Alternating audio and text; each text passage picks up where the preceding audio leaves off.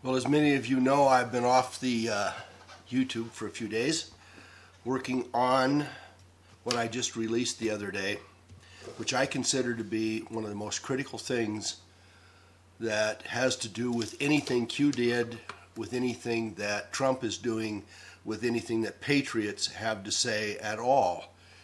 And so I'm going to focus on a couple of things, just a couple of things of these latest Q posts, the ones from today, early today, and then I'm going to tell you why I think it's relevant to what it is that we have proposed to do with regard to this country. So the first posting is 1367, and it has to do with the Declaration of Independence, and many of us look at it and get down to we hold these truths to be self-evident, etc., etc. And when what this is the next paragraph, or one of the next paragraphs, that says that whenever any form of government becomes destructive of these ends, it is the right of people to alter or abolish it and to institute a new government laying its foundation on such principles and organizing its powers in such form as to them shall seem most likely to affect their safety and happiness, which is precisely what we are doing. So I went back to the early posts and I went back to look at the whole Q business, and I'm going to give you some sources on that have to do with the startup of this whole process. And oh my goodness, there we go. So what we have is, right from the very start, there are postings that have to do with what we're going to do. What is Q going to do? Go to Saudi Arabia, the United States, then Asia, and then Europe. So that's the first part of it. The second part of it is that there is a very clear indication that there are three powers that Q particularly points out to focus upon. The first one being to be Saudi Arabia, which is the three pluses, the Rothschilds, which are the two pluses, and Soros, which is the single plus. And the implication of that is that these powers need to be neutralized.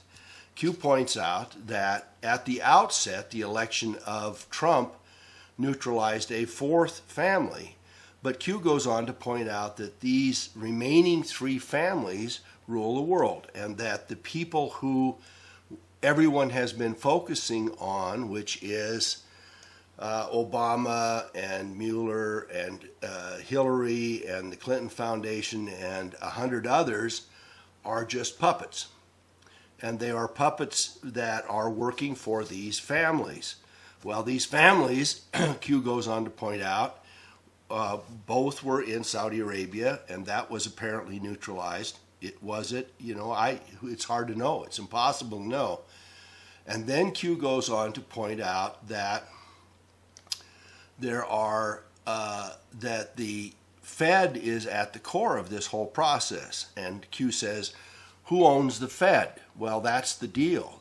The Fed is owned, not only is the Fed owned, the Federal Reserve owned by the Rothschilds for all practical purposes, but then Q goes on to point out another 180 countries where the banks are controlled, managed, or overseen or owned by the same private family, which has to do with all kinds of names: Paraguay, Peru, Italy, Colombia, Congo, Georgia, and on and on. And I don't need to go through it, but that's part of the posting that has to do with this thing.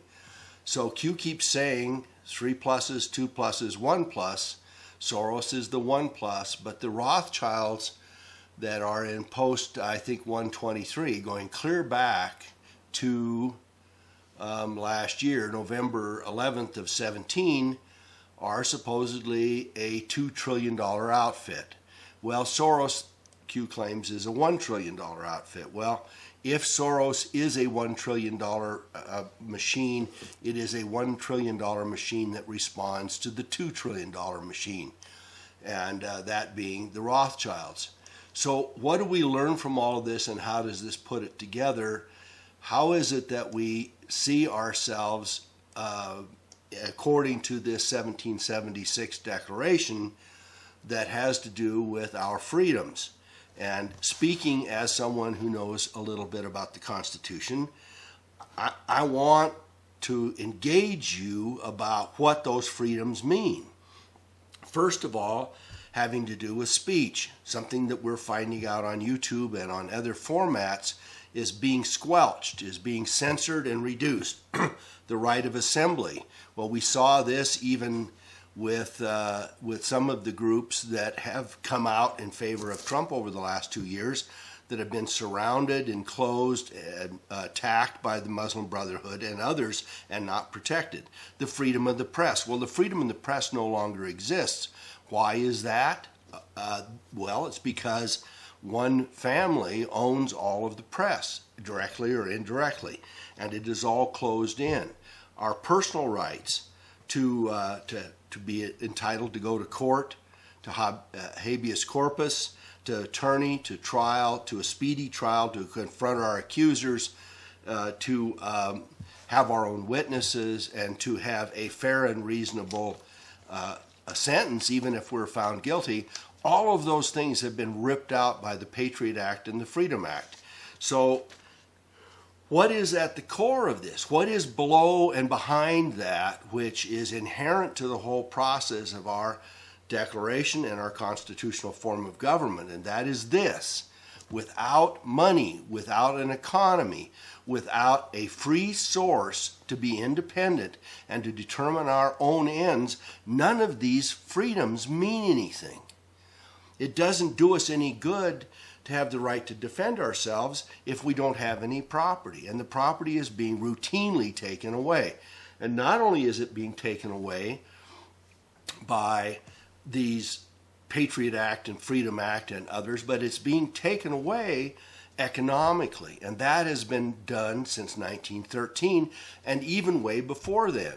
So the heroes that we see in Broadway and Wall Street, Broadway and Hollywood, the Titanic, the big deal, Alexander Hamilton, the big deal, all of these big productions are in fact smoke screens to hide what was really going on.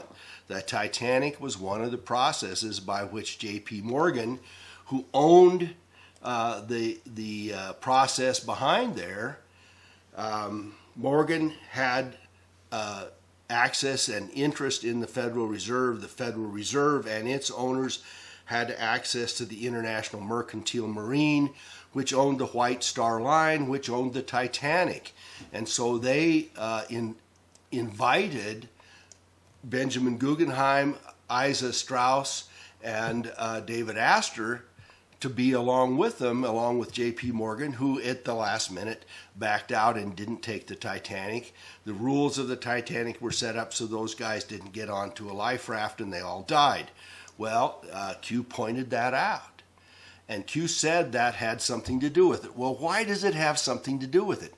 Because the Titanic sank in 1912, and in 1913, they sneaked in the Federal Reserve Act. Why does that matter? Well, because our entire monetary system is managed and overseen by the Fed, but even worse than that, and people don't really understand it. People think that when you have property, let me just get to a prop here, I guess I can't. When you have money in a bank, you have a checkbook and you have a balance sheet, and when you write more than you have, your banker gets a hold of you and says, I'm sorry, you're overdrawn, you cannot buy this. Well, there are two layers that are above that. One of them is all of these federal agencies which are no longer being audited, like the HUD and the Pentagon. And people clamp on to Catherine Austin Fitts and her buddy that outside, externally audited HUD and the Pentagon, and they say, well, there's $20 trillion missing from each of those agencies. And some of you are saying, well, how is that possible? We have a $1.3 or $1.5 trillion budget. How can one agency, one department be $20 trillion overdrawn? Well, first of all, it's a number of years, but secondly, there is no checkbook. When they pay for stuff, it's a digital expenditure, and that digital expenditure is not offset against a balance sheet. So there's nobody there to stop them. There are no bankers there to stop them. And Robert David Steele said the other day, well, there's $21 trillion that's found, and that will zero out our debt. Well, I will say even more than that. First of all, the $21 trillion is just the first little tinkle in the bucket, which is a couple of agencies. And as Catherine Austin Fitts has pointed out, there are, 16 more agencies, and many of them may well have done the same thing. But even more than that, and this is the linkage that was not made by Steele and by others, is that the Fed has the capacity to do the same thing. So when I pointed out in my video launching End the Federal Reserve, I pointed out that they have the right to digitally manufacture money from nothing, okay? If you think of yourself playing a Monopoly game and you're the banker, and right alongside of you, you have a printing press, you keep printing $500 bills and you give them to yourself. And everybody else in the room, if they ever pay attention, says, well, how is it that you keep printing more money and you get it all? How does that work? Well, I can show to you and prove to you if you'll go to our website, endthefedreserve.com, you'll check, and there's a $29 trillion resource comment in our resources and background, and it points out that after the Fed was given authorization by Congress for $700 billion bailout, they actually wrote and issued $29 trillion. How do they issue $29 trillion from money they don't have? Well, that's the deal. You need to get that they are not limited by a budget. They're not limited by a balance sheet. They're not limited by what they have to do. They can write themselves checks. They can issue themselves money. And once the money goes out into the market, it dilutes and inflates your money and destroys the value of your money. So since 1913, pay attention, folks, since 1913, our money has gone from $1 to 4 cents. We are now worth 4 cents on the dollar. So if your great-grandfather gave you a $1 bill in 1913, it would now only buy 4 cents worth of purchase power from that. And in the 100 years before then, when the Fed came into being, or 50 years, there was virtually no inflation on our money. Why is that? Well, because the Fed was not involved. So what they are doing is diluting our currency. And diluting our currency, you think, well, gee, that sounds fairly innocent. That's like putting a little extra water in some Kool-Aid, right? No, it's not. When you add trillions of dollars to the market, you make every dollar there worth less. That's the deal. Every dollar is worth less. And not only that, that is the relatively innocent side of bad federal management. The nefarious side of it is that money that they can take and build from nothing at any given time goes into wherever they want to put it. Into the background of the CIA, into gun running, into military operations, into giving certain candidates all over the world a preference, putting money into those, in manipulating elections, in building from scratch, like Google and others, corporations that serve their ends, in serving and benefiting guys like Elon Musk and the boys in the Silicon Valley and Gates and the rest of them. They can tip their hand for billions of dollars overnight. And not only that, when you have trillions of dollars at your access, people treat Wall Street like it's a legitimate market, right? Because there are lots of buyers and lots of sellers. It's a free market identity. Well, that's not true. Let's put it this way. If I take $2 trillion, which is currently floating among the major banks, in excess of what they're circulating and is operating at basically a zero interest loan from the Fed, I can inject that money into the stock market and out of the stock market anytime I want to. And if I have $2 trillion against a 20 or 25 or $30 trillion stock market, I can cause it to go wonkers in a few minutes. And because it is all now digitized and the purchasing and sale of it basically operates with AI, I can select how much I want stuff to go down or up by playing with how much I put into it or take out of it. So you think, well, gee, how could that possibly be? Nobody could do that, right? Yeah, well, let's go back to the Rothschilds. Nathan Rothschild, Battle of Waterloo, Wellington versus Napoleon. Wellington wins. Nathan Rothschild gets the news in London a day or so before everybody else does. He goes in and looks really sad and dopey at the stock market exchange in London and starts selling off his stuff and not saying really quite what he's doing, but everybody looks at him and says, oh, he knows. Napoleon won. I've got to hurry up and get out of the market. So what did they do?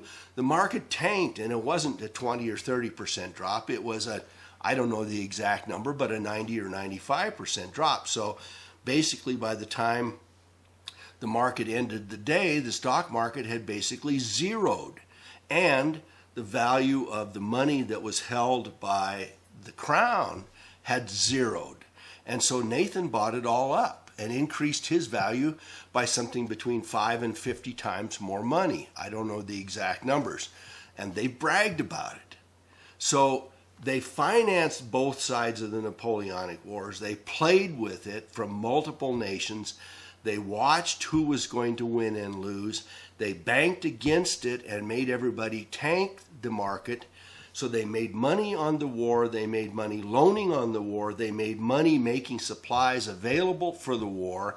They watched who was going to win and lose and played with the stock markets and dramatically changed their value and their ownership by simply playing with it. That was in something like 1815, right? Well, what do you think they're doing now? And how did that relate to 1929 and the 10 years that Roosevelt played with us and lied to us and created public welfare while no economy got better until the war came along? How was it that we got into World War I? How was it that we got into World War II? How was it that the markets were changed? What did they do in 2008? I guess I'm sounding like Q right now. What did they do in 2008? And how did they crash the market? What did they tell us? Well, they told us that the banks screwed up and that it was all our fault because we had all these loose-ended mortgages that they had bundled up and that everything was going to crash. So who did they benefit? They benefited themselves. They gave themselves the $700 billion, and you think, well, gee, that's a lot of money, and it was not watched, and it was not audited, and it was not set for purpose or anything else. It was handed out, and then behind the scenes, they gave $29 trillion to play with by these same major banks, including foreign banks. So our Federal Reserve, supposedly ours, I use that in very loose terms, gave money to foreign banks to play with in the crash, through the crash. So they had money to buy up other banks. They had money to buy up corporations. They had money to buy real estate and property cheaply. They had money to manipulate foreign wars and terrorism and everything else. So they leveraged themselves up. And what happened to us? What happened to us common people? Well, our pension plans, our profit-sharing plans, our retirement accounts all tanked. Many of us were not going to be able to recover. There were millions of homes that turned over, tens of thousands of homes that were brought into foreclosure, and lots of short sales and reverse financing for people. But even the people that said, well, gee, I was smart enough not to take a variable interest loan. I was smart enough to keep my job. I was smart enough to make all of this work for me. what they didn't recognize was that their retirement, or maybe they did, but they didn't realize how it was manufactured, is that their homes that were worth the day before $500,000 are now worth $280 or $250, and the street is full of homes that are for sale and that are foreclosed and are back into the bank, and they can't get out of their house, and all of their equity, or most all of their equity, has gone, and their retirement plans and their pension plans and everything that they had in the stock market is also basically tanked and gone. And so even the people that most prominently came out of the middle class, that came out of the 2008 recession, got cleaned out. Upwards of 40% of the entire equity of the middle class disappeared in 2008, 9, and 10 through 12, and it has not come back. So the pie, people say, well, how is it that the bankers would crash their own stock market? Well, they don't care about the balance sheet. What they care about is the pie chart. And the pie chart is, we now own a bigger slice, and all the rest of you own a smaller slice. And the smaller slice has gotten smaller. If you look at the numbers since 1972 or 1976, the middle class has gone down in size, gone down in numbers, gone down in total equity. We've lost upwards of two-thirds of our equity, and we have lost something like 10 or 15 or 20% of our members. And what is worse than that, the wealthy have gone 3, 5, 10 times more wealthy, and are more wealthy relative to the middle class than they have ever been. And so our composition of this country right now is basically as a third world nation.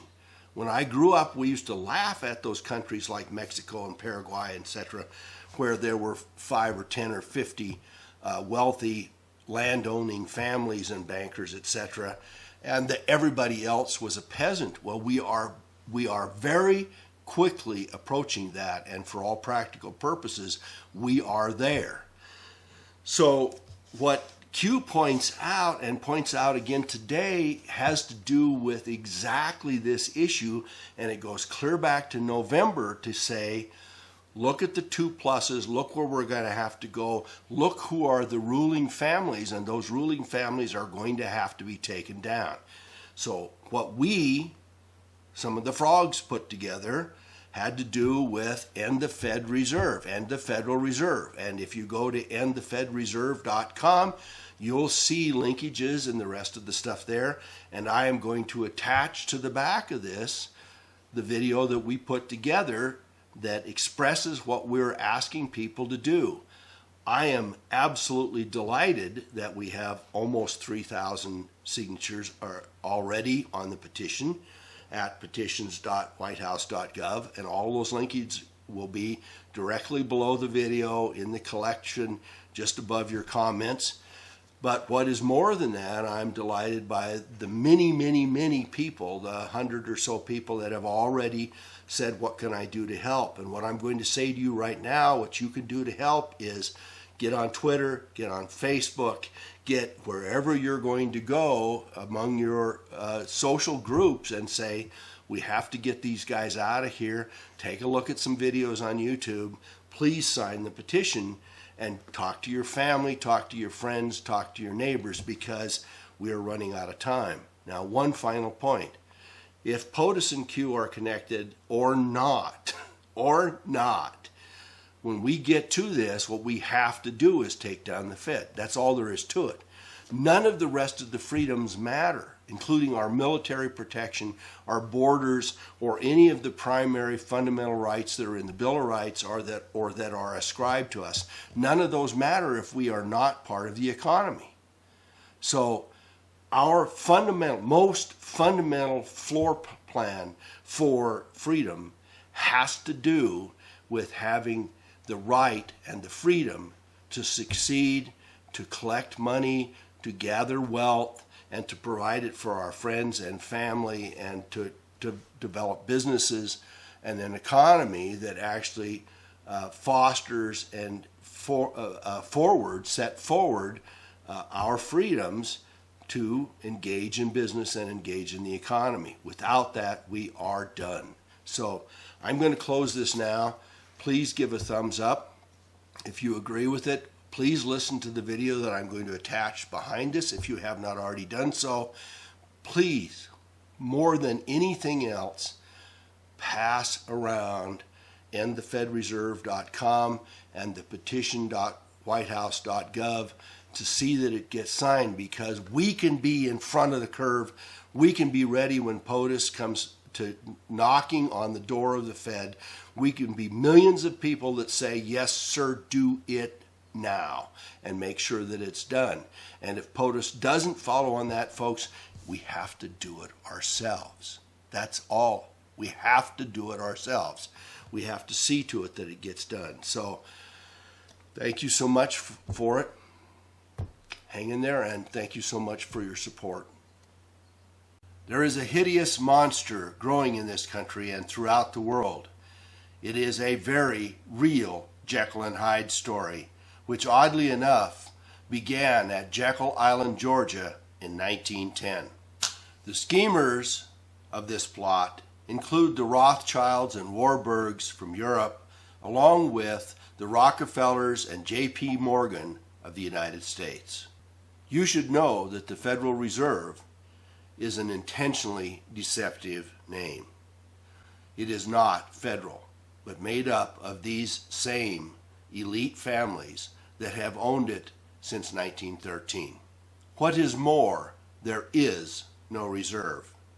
These elite families have absolutely no liability with respect to the Federal Reserve. Instead, you and I and Americans throughout this country form the only backing for the money, the currency, that is part of the Federal Reserve. When they make mistakes, we pay. When they plot against us, we pay more. Our petition has been filed with petitions.whitehouse.gov. With it, we seek to end the most corrosive, corrupt, and devious power in this country. This petition is not Democrat, Republican, Independent, Liberal, or Conservative. We will all benefit by the end of the Federal Reserve. Does it not seem odd that while we audit, manage, and oversee Boeing when it produces fighter jets for us, we have done nothing of the sort with the Federal Reserve, which has not been audited since 1913. Trillionaire Federal Reserve owners manipulate their puppets to do their bidding. Corrupt politicians, devious lobbyists, bloated super PACs, the corporate mainstream media, multinational corporations, and crooked government leaders throughout the world all do their bidding. Their mission is to have absolute control over this world. Adam Weishaupt, Henry Kissinger, George Soros, and generations of Rockefellers, Rothschilds, Warburgs, and members of the Council of Foreign Relations, the Trilateral Commission, the Bilderberg Group, have told us as much over and over. Why do we not listen? In response to the 2008 recession, Congress authorized $700 billion for a bank bailout. But without any authorization whatsoever, that same Federal Reserve issued $29 trillion to major national banks and, yes, even international banks. Those same banks, which in 2008 the Fed told us were too big to fail, are now vastly larger and more vulnerable. Any major bank that would fail now would take down the entire economy of this country and perhaps the world. The crashes of 1929 and 2008 were deviously designed, not economic accidents. The bankers made billions, while average Americans throughout this country lost their jobs, their savings, and their homes. Ask yourself this: if they had us in mind, why is it that the bankers profited greatly from these crashes while millions of Americans lost life savings, homes, and jobs? Clean, productive factories and jobs were moved overseas to exploit cheap third world labor and lax environmental regulation. Without control of our national money supply, we cannot rein in these vast global corporations. With good reason, Dwight Eisenhower warned us about the military-industrial complex. Warmongering bankers have fomented conflict and financed terrorists worldwide. They make vast profits from war and use war to gain access and control of territories, resources, and markets they covet. We pay with lives and capital, and they profit. Nothing corrupts like money. With it, they have bribed, blackmailed, and bought off the presidency, Congress, state, and local officials. They must be investigated for corruption, price fixing, racketeering, sex and drug trafficking, insider trading, bribery, blackmail, and yes, treason. They must be indicted, tried, and convicted if found guilty. There is precedent for removing these pit vipers. In 1836, President Andrew Jackson terminated the last privately owned central bank in this country. Jackson faced assassination attempts and narrowly escaped death when he challenged the privately owned banking system. Not coincidentally, Presidents Abraham Lincoln and John F. Kennedy, who both opposed the central bankers, were assassinated. Today, our Second Amendment and our collective will are all that stand in their way. Legislation passed by Congress and signed by the President will end this evil. A publicly owned central bank within the United States Treasury, answerable only to us, can replace it. Sign this petition. Together, millions of us will demand action. We will remind the President of his promise to drain the swamp. Should even these efforts fail, we will force our agenda and swamp the system. We will advance this movement with demonstrations and marches. Raise your voices now and be heard across America. Together, we cannot be denied. Visit endthefedreserve.com or go directly to petitions.whitehouse.gov and sign End the Federal Reserve to become a part of this great patriotic movement. Thanks. Pledge allegiance to the flag of the United States of America and to the republic for which it stands, one nation, under God, indivisible, with liberty and justice for all. Say it one more time and say it a little bit sweeter. Pledge allegiance to the flag of the United States of America and to the republic for which it stands, one nation, under God, indivisible, with liberty and justice for all.